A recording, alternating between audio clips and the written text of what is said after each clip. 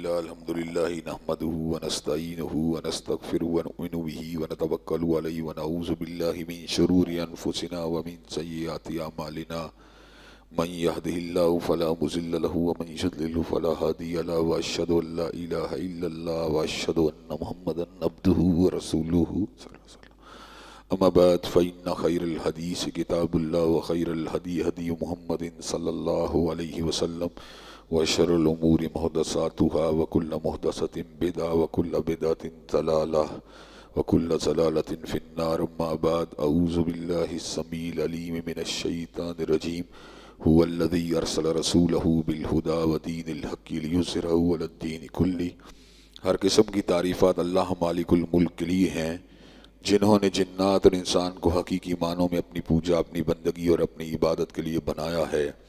جنات اور انسان کی تخلیق کا حقیقی اور بنیادی مقصد یہی تھا کہ وہ بارگاہ رب العالمین میں آیا کریں، اپنی جبین نیاز کو مالک کائنات کی بارگاہ میں آ کے جھکایا کریں، اپنے دست سوال کو کبریا کی بارگاہ میں آ کے پھیلایا کریں، اپنی کمر کو حالت رکوع میں اس کی بارگاہ میں آ کے ہم کیا کریں، اسی کی تکبیر کی صداؤں کو بلند کیا کریں، اسی تحلیل کے آوازوں کو اجاگر کیا کریں اور اسی کی تسبیح گیت گایا کریں۔ چنانچہ ارشاد ہوا وما خلقت الجن والانس الا لیعبدون، اور میں نے نہیں بنایا جنات اور انسان کو مگر اپنی پوجا، اپنی بندگی اور اپنی عبادت کے لیے۔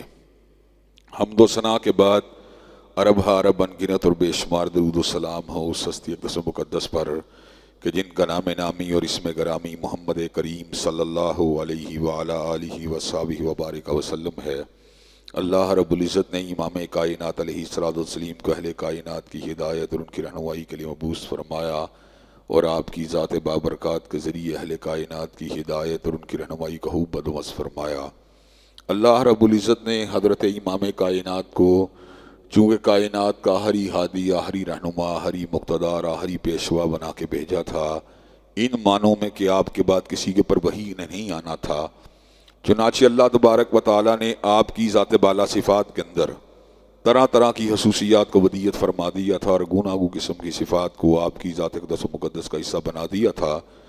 اور ان تمام باتوں سے بڑھ کر یہ کہ میرے آقا کی زندگی میں کوئی صبح ایسی نہیں آئی، کوئی شام اور کوئی رات ایسی نہیں آئی، دکھوں کی کوئی گھڑی اور خوشیوں کا لمحہ ایسا نہیں آیا جب مالک کائنات نے اپنی تائید کو، اپنی نصرت کو اور اپنی حمایت کاملہ اور نصرت لازوال و بے مثال کو حضرت رسول اللہ صلی اللہ علیہ وسلم کے شامل حال نہ فرمایا ہو۔ اور ان تمام باتوں سے بڑھ کر یہ کہ عرش کے رب نے اپنی آخری کتاب حمید کو سید العرب والعجم امام المتقین والابرار حضرت اشرف الانبیاء والمرسلین حضرت خاتم النبیین جناب محمد کریم صلی اللہ علیہ وسلم کے قلب اطہر میں نازل فرما دیا تھا۔ اسی کتاب حمید کے ایک انتہائی اہم عنوان جس کا تعلق حقوق مصطفیٰ علیہ السلام کے ساتھ ہے، اس کے حوالے سے اپنی گزارشات کو پیش کرنے کا سلسلہ جاری و ساری ہے۔ کچھ حقوق جن کو پہلے بیان کیا جانا چاہیے تھا ان کو میں کچھ مؤخر کر کے اس حق کو بیان کرنے کی کوشش کروں گا جس کا تعلق امور ملکی کے ساتھ ہے، جس کا تعلق ریاست کے معاملات کے ساتھ ہے، اس لیے کہ حضرت رسول اللہ صلی اللہ علیہ وسلم کے بارے میں باتیں تو یہ ہوتی ہیں کہ وہ فقط فرد کے رہنما نہیں بلکہ سماج کے بھی رہنما تھے، فقط انفرادی رہنمائی کے لیے نہیں آئے بلکہ ریاست کی رہنمائی کا فریضہ بھی آپ نے انجام دیا۔ لیکن پریکٹیکلی مسلمان در حقیقت حضرت رسول اللہ صلی اللہ علیہ وسلم کو انڈیویجول لیول کے اوپر تو فالو کرتے ہیں، لیکن جب بھی کولیکٹیو لیول کے اوپر فالو کرنے کی باری آتی ہے مختلف طرح کے شکوک و شبہات، اعتراضات، بحث و تمہید شروع ہو جاتی ہے۔ عقائد کے معاملات میں ہم حضرت رسول اللہ صلی اللہ علیہ وسلم کی کامل پیروی کرنے کی کوشش کرتے ہیں۔ میں عامت المسلمین کی بات کر رہا ہوں۔ عبادات کے معاملات کے اندر بھی کوشش ہوتی ہے نماز کو، روزے کو، حج کو، زکوٰۃ کو ادا کیا جائے، اور اس سلسلے میں ہونے والی کسی بھی کمی اور کوتاہی کو بطور گناہ قبول بھی کیا جاتا ہے، ایکسیپٹ بھی کیا جاتا ہے۔ لیکن جب بات معاملات کے باب میں داخل ہو جاتی ہے تو پھر ایک نیا ٹرینڈ سامنے آتا ہے. شادی بیاہ میں اپنی مرضی سے کرنا چاہتا ہوں, اس میں بے پردہ عورتیں آئیں نہ آئیں, کسی کنسرن کو یا کسی کی مداخلت کو میں گوارا کرنے کے لیے تیار نہیں. ڈھول ڈمکا ہو, باجا گاجا ہو, کسی کے اعتراض کو میں لفٹ کروانے کے لیے تیار نہیں. میرا موقف اس موقع پہ یہ ہو جاتا ہے کہ شادی بیاہ کی رسم و رواج یہ کلچرل ہیں, یہ تہذیبی ہیں, ثقافتی ہیں, ان کا ہمارے مذہب سے کیا لینا دینا ہے. بڑے بڑے حاجی کہلوانے والے, بڑے بڑے نمازی کہلوانے والے شادی بیاہ کے موقع پہ دین کی اس طرح وائلیشن کرتے ہیں کہ الامان الحفیظ, وہ بھول جاتے ہیں کہ وَمَن يُطِعِ اللَّهَ وَرَسُولَهُ فَقَدْ فَازَ فَوْزًا عَظِيمًا. اللہ رسول کی بات کو ماننا حقیقی کامیابی اسی کے اندر پنہا ہے. حضرات گرامی قدر, شادی بیاہ کے موقع پہ وہ بندہ جو دیندار ہو, لوگ اس کی انوالومنٹ کو, اس کی آمد کو بالکل بھی پسند نہیں کرتے. ان کی خواہش ہوتی ہے چچا دیندار ہے, اللہ کرے سردی کی وجہ سے نہ ہی آئے, ماموں دیندار ہے, اللہ کے حکم سے کسی مسئلے کے اندر پھنس جائے نہ ہی آئے, تاکہ شادی کے موقع پہ جو فضولیات لغویات ہم نے کرنی ہیں ان کے اندر کسی قسم کی رکاوٹ درپیش نہ ہو. یہی حال جنازے کا ہے. بھورے کے موقع پر, میت کے تعزیت کے موقع پر جس قسم کی لغویات کو بکا جاتا ہے, اللہ تبارک و تعالی پناہ دے.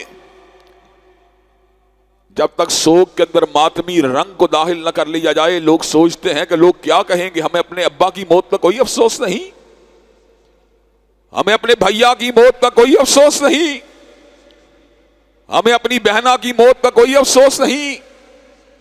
ہائے ہائے یہ مر گیا, یہ تو یہ تھا, ہائے ہائے یہ مر گیا, یہ تو وہ تھا. اس کے بعد اونچی اونچی آواز میں بینڈ ڈالنے کی آوازیں, کیا یہی دینداری ہے؟ اور کاروباری منڈیوں میں چلے جائیں جناب, سودی لین دین بھی ہو رہا ہے, ملاوٹ بھی ہو رہی ہے, گل گپاڑا بھی ہو رہا ہے, دھوکے بازی بھی ہو رہی ہے, جھوٹی قسموں کو بھی کھایا جا رہا ہے. کوئی بندہ بات کرے یار یہ کاروبار میں ایسا کیا کر رہے ہیں, اور یار مالی معاملات اور ہوتے ہیں, کاروبار اور ہوتا ہے. دینداری اپنی جگہ پر ہے, اللہ کے فضل سے نمازیں پڑھتے ہیں, حج کرتے ہیں, عمرہ کرتے ہیں, قربانیاں کرتے ہیں, ہر چیز کر رہے ہیں. بس کاروبار میں تھوڑی بہت اونچ نیچ جائز ہے. حضرت شعیب علیہ السلام کی قوم کا باطل مقدمہ, اصلاتک تامرک نترک ما یعبد آباؤنا او ان نفعل فی اموالنا ما نشاء انک لانت الحلیم الرشید. شعیب ترین بات بڑی ہی عجیب ہے, یہ ہمیں بتوں کی پوجا سے تو روکتی ہے, کاروباری منڈیوں کے اندر بھی ہمیں اپنی مرضی نہیں کرنے دیتی. لئن اتبعتم شعیبا انکم اذا لخاسرون. اگر شعیب کی دعوت کو تسلیم کر لیا گیا تو گھاٹا تمہارا مقدر بن کے رہے گا. اللہ نے کہا گھاٹا ان کا مقدر نہیں بنا جنہوں نے شعیب کی دعوت کو مانا, بلکہ گھاٹا ان کا مقدر بنا جنہوں نے شعیب کی دعوت کو ٹھکرا دیا. اللہ نے ان کے اوپر دنیا میں چنگھاڑ کو مسلط کیا اور آخرت میں ان کے لیے دردناک عذابوں کو تیار کر دیا. حضرات گرامی قدر, کچھ یہی حال ہمارے سیاسی معاملات کا بھی ہے. سیاست برائے پیٹ تو ہے, سیاست برائے بچے کی نوکری تو ہے, سیاست برائے سفارش تو ہے, سیاست برائے دھڑے بندی تو ہے, سیاست برائے تھانہ کلچر تو ہے, لیکن ان الحکم الا للہ کی سیاست کہاں پر ہے کہ زمین اللہ کی ہے, اور اللہ کی زمین کے اوپر حاکمیت اگر کسی کی ہونی چاہیے تو پروردگار عالم کی ہونی چاہیے. یہ سیاست کہاں پر ہے؟ نہ مسلم لیگ کے پاس ہے, نہ تحریک انصاف کے پاس ہے, نہ پیپل پارٹی کے پاس ہے. اور حضرات گرامی قدر, امت کے اندر کلمہ طیبہ کو پڑھنے والے, سو بار حضرت رسول اللہ کی ذات اقدس کے اوپر درودوں کو بھیجنے والے، استغفار کی مالا کو جپنے والے، سبحان اللہ و بحمدہ سبحان اللہ العظیم کا ورد کرنے والے حضرات گرامی قدر، وہ لوگ بھی ان الحکم الا للہ کی بات کو ابس سمجھتے ہیں، اللہ کی حاکمیت کی بات کو ایک ناجائز اور غلط اور نعوذ باللہ آوارہ قسم کی سوچ سمجھتے ہیں۔ کل ایک بہت بڑے شیخ الحدیث کا بیان میں سن رہا تھا، کہہ رہے تھے نفاذ اسلام کا نعرہ ہی فضول ہے۔ حضرات گرامی قدر، آپ کس طرح کی بات کرتے ہیں؟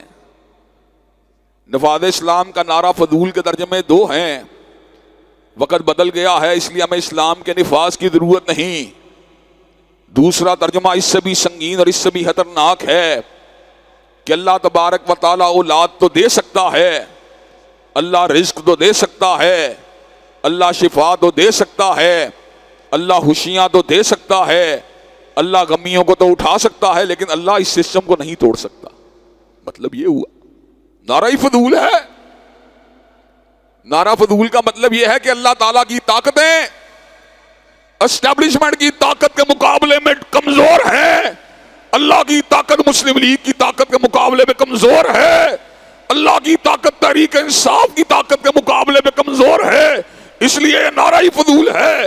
حضرات گرامی قدر، اللہ احکم الحاکمین وہ ہیں جو حقیقی حاکم کائنات ہیں، جو حقیقی مالک کائنات ہیں، جو حقیقی مالک الملک ہیں۔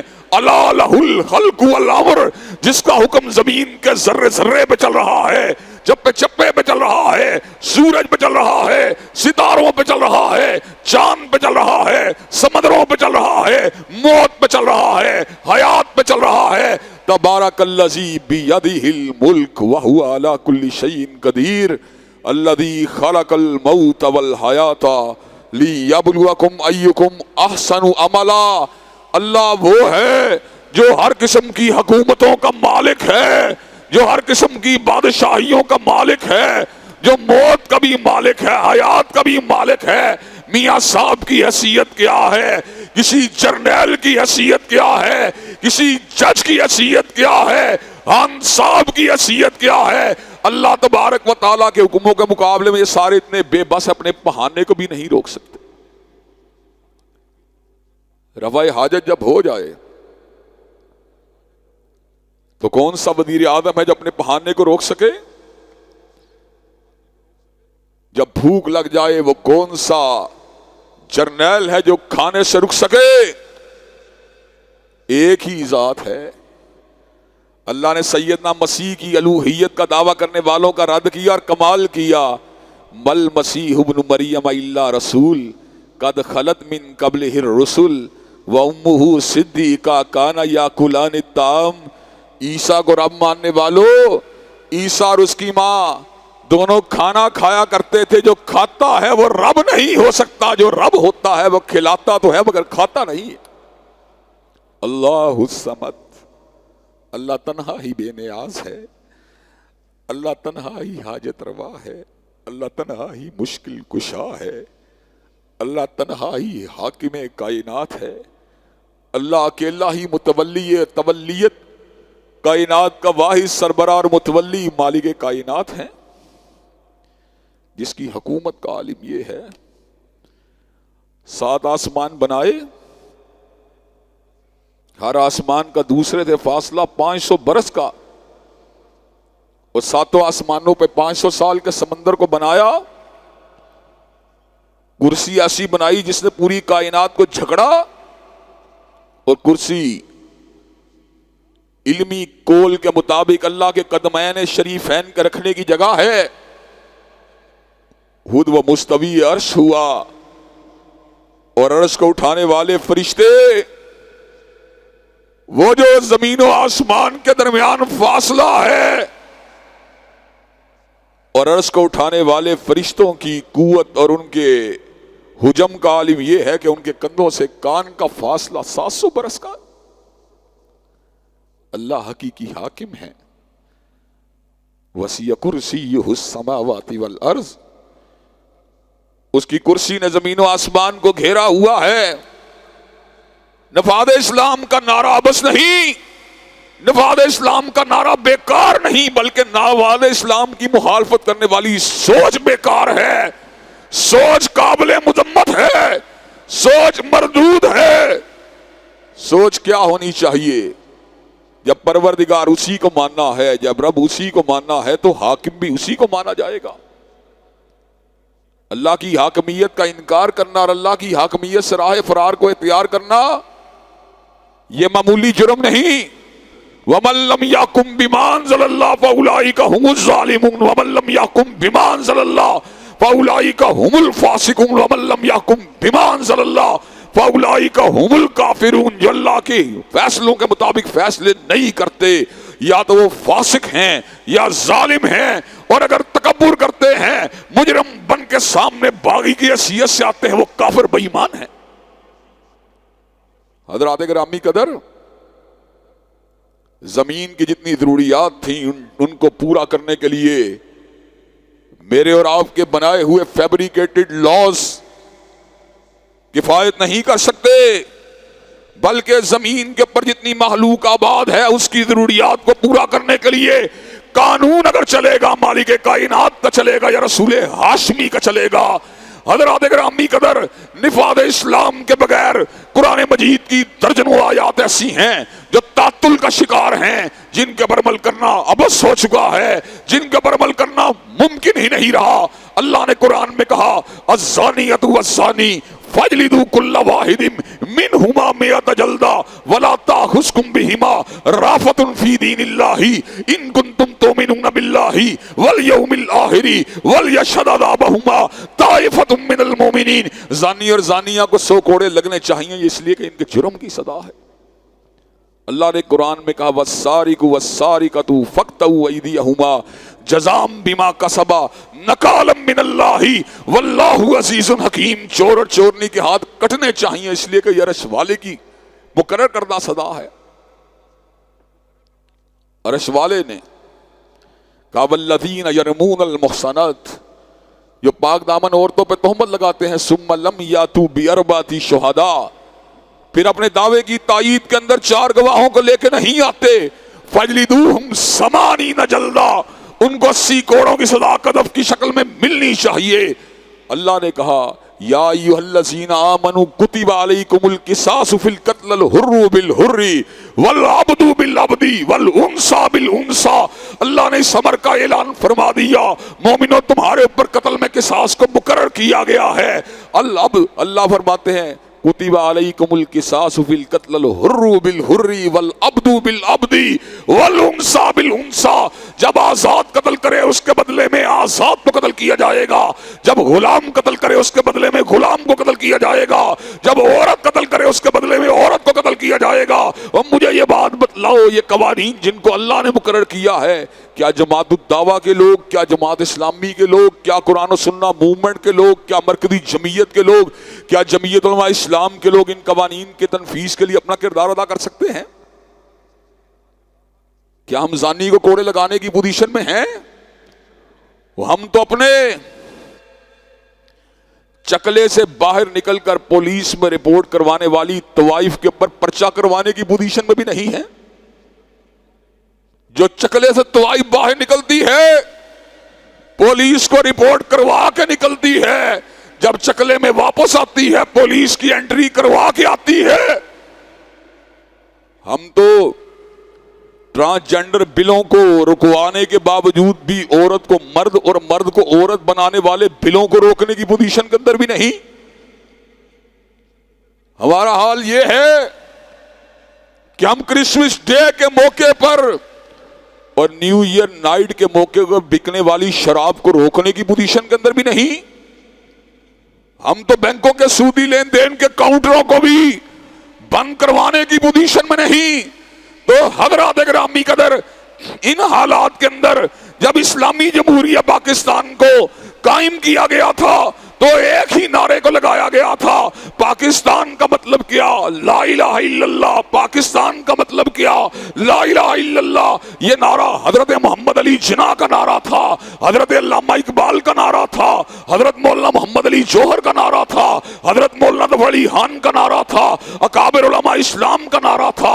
لیکن 75 برس سے زیادہ گزر جانے کے باوجود شراب کی بھٹیاں بھی چلتی رہیں، کعبہ گری کے اڈے بھی چلتے رہے، منشیات فروشی بھی ہوتی رہی، اور جو سیاسیات کے سارے رخ تھے ان کو کعبہ سے موڑ کر، ان کو مسجد نبوی شریف سے موڑ کر، کسی نے ان کا رخ واشنگٹن کی طرف موڑ دیا، کسی نے نیو یارک کی طرف موڑ دیا، کسی نے بیجنگ اور ٹوکیو کی طرف موڑ دیا۔ لیکن اللہ تبارک و تعالیٰ کے فضل و کرم سے وہ علماء جو حق پرست تھے آج بھی اپنی بات پہ قائم ہیں۔ ہماری گردن میاں صاحب کے آستانے پہ نہیں جھک سکتی، ہماری گردن عمران خان کے آستانے پہ نہیں جھک سکتی۔ گردن ہماری اگر جھکے گی تو اللہ رب الحاکمین کے آستانے پہ جھکے گی۔ حضرات گرامی قدر،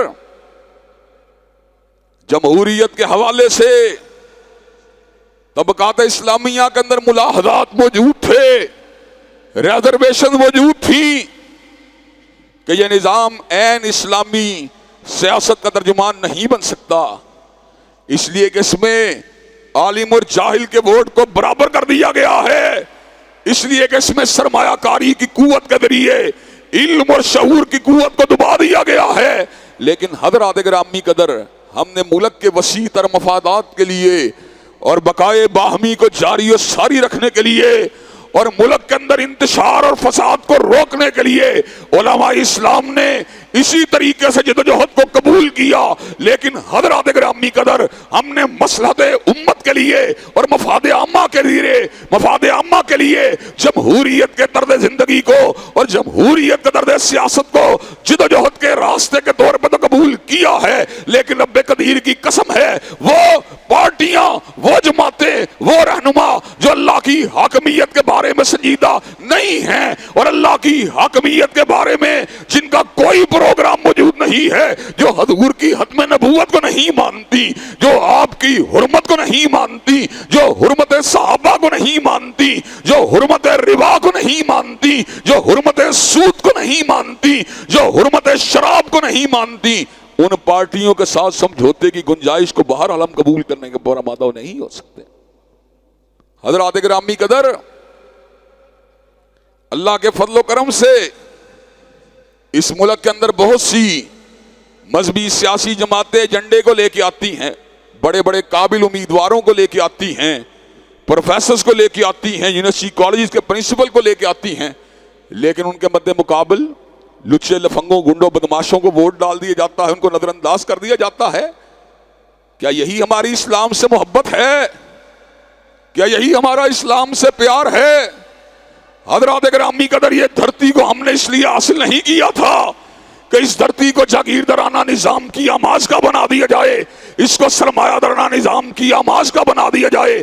ہم نے اس دھرتی کو اگر حاصل کیا تھا کملی والے کے قوانین کے عمل داری کے لیے حاصل کیا تھا، اللہ کی حدود اور اللہ کی تعزیرات کے نفاذ کے لیے حاصل کیا تھا، عدل اجتماعی اور امر بالمعروف و نہی عن المنکر کے قوانین کے لیے حاصل کیا تھا، ایسے عالمگیر اور آفاقی عدل کے قیام کے لیے حاصل کیا تھا کہ حضرت رسول اللہ کی حیات مبارکہ کے اندر بنو مخزوم کی ایک بااثر عورت چوری کرتی ہے، حضرت اسامہ ابن زید سفارش لے کے آئے، حضرت رسول اللہ نے کہا سابقہ اقوام اس لیے تباہ و برباد ہو گئی تھی، جب بڑا جرم کرتا تھا چھوڑ دیا جاتا تھا، جب چھوٹا کرتا تھا دھر لیا جاتا تھا۔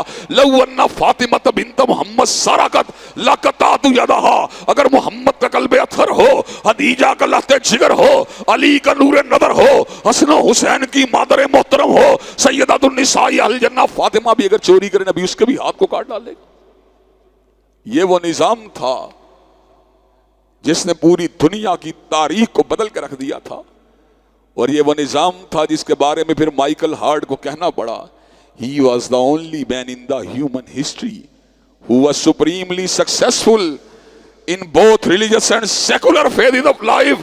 وہ کائنات کا واحد رہنما ہے جو دنیا روحانیت کا بھی امام ہے، دنیا مادیت کا بھی امام۔ وہ کائنات کا واحد رہنما ہے جو فرد کا بھی امام ہے اور اجتماع کا بھی امام۔ وہ کائنات کا واحد رہنما ہے جو حلوتوں کا بھی امام ہے اور جلوتوں کا بھی امام. وہ کائنات کا واحد رہنما ہے جو مسجد کا بھی امام ہے اور ریاست کا بھی امام. اور وہ کائنات کا واحد رہنما ہے جو صدیوں کا بھی امام ہے اور قرنوں کا بھی امام. اور وہ کائنات کا واحد رہنما ہے جو تخیلات کا بھی امام ہے اور احساسات کا بھی امام. اور وہ کائنات کا واحد رہنما ہے جو نظریات کا بھی امام ہے اور عملیات کا بھی امام.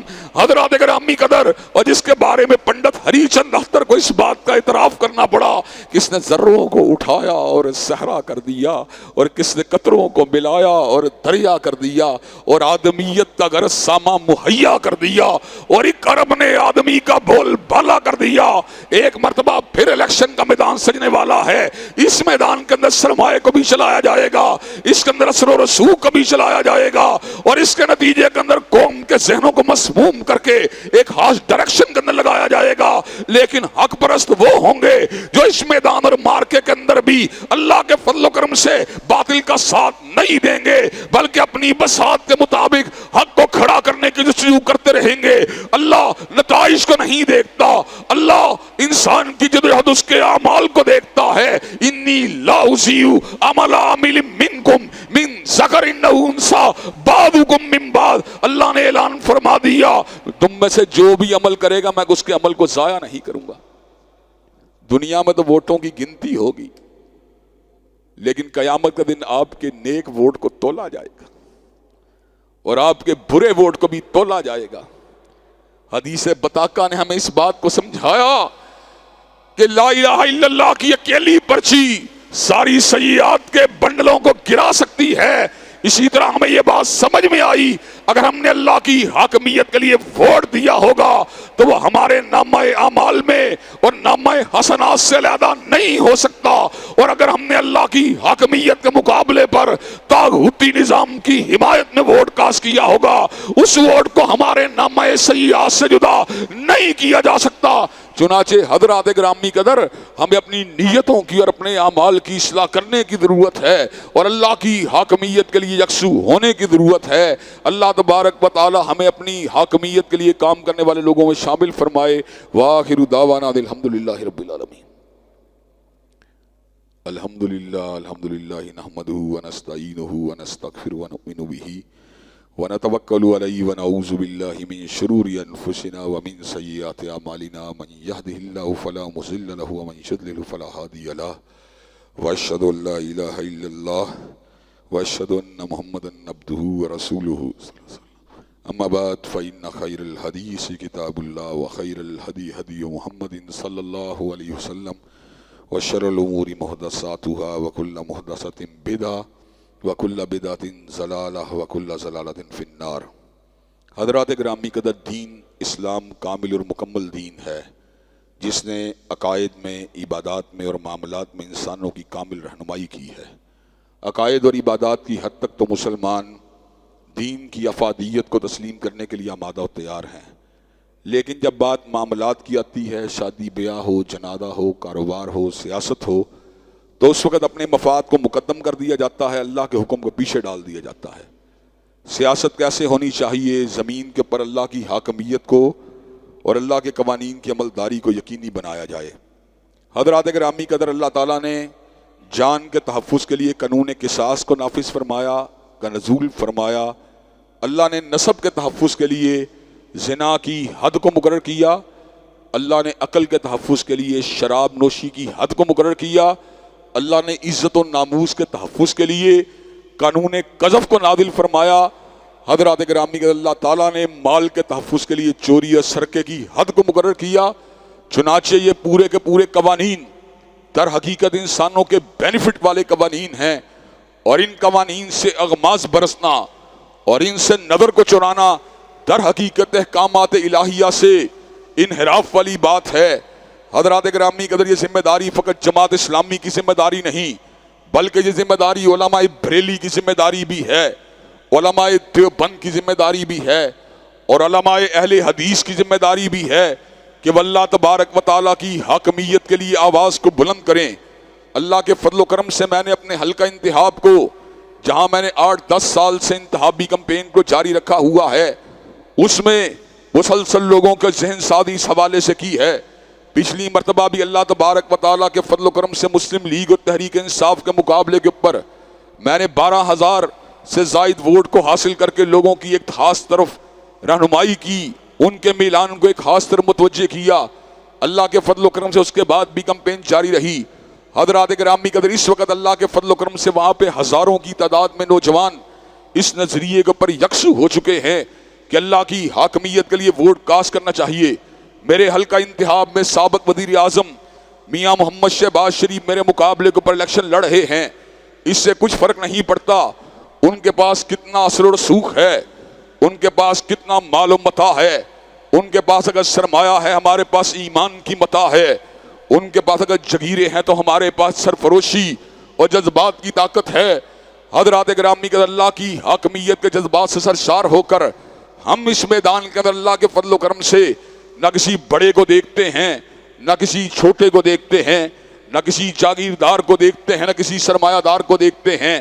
حضرات گرامی قدر، انتخابی عمل کے دوران آپ کو پتہ ہے وہاں کی مصروفیت کی وجہ سے آپ کے ساتھ بھی انقطاع والے معاملات رہیں گے، لیکن یہ انقطاع زیادہ لمبا نہیں ہوگا، بلکہ 8 فروری کو انشاءاللہ اس کے بعد دوبارہ آپ کے پاس انشاءاللہ اللہ کے حکم سے اور اللہ کی تائید سے کامیابی کے بعد دوبارہ آپ کے سامنے حاضری ہوگی۔ حضرات گرامی قدر، آپ لوگوں نے جہاں پہ دعاؤں میں یاد رکھنا ہے وہاں پر آپ نے دامے درمے سوہنے قدمے اپنی تائید کو، اپنی حمایت کو، اپنے وسائل کو، اپنی ٹرانسپورٹ کو بھی اس عظیم مشن کے لیے استعمال کرنا ہے۔ اللہ تبارک و تعالی ہمیں اپنی حاکمیت کے لیے کام کرنے والے کارکنان میں شامل فرما دے۔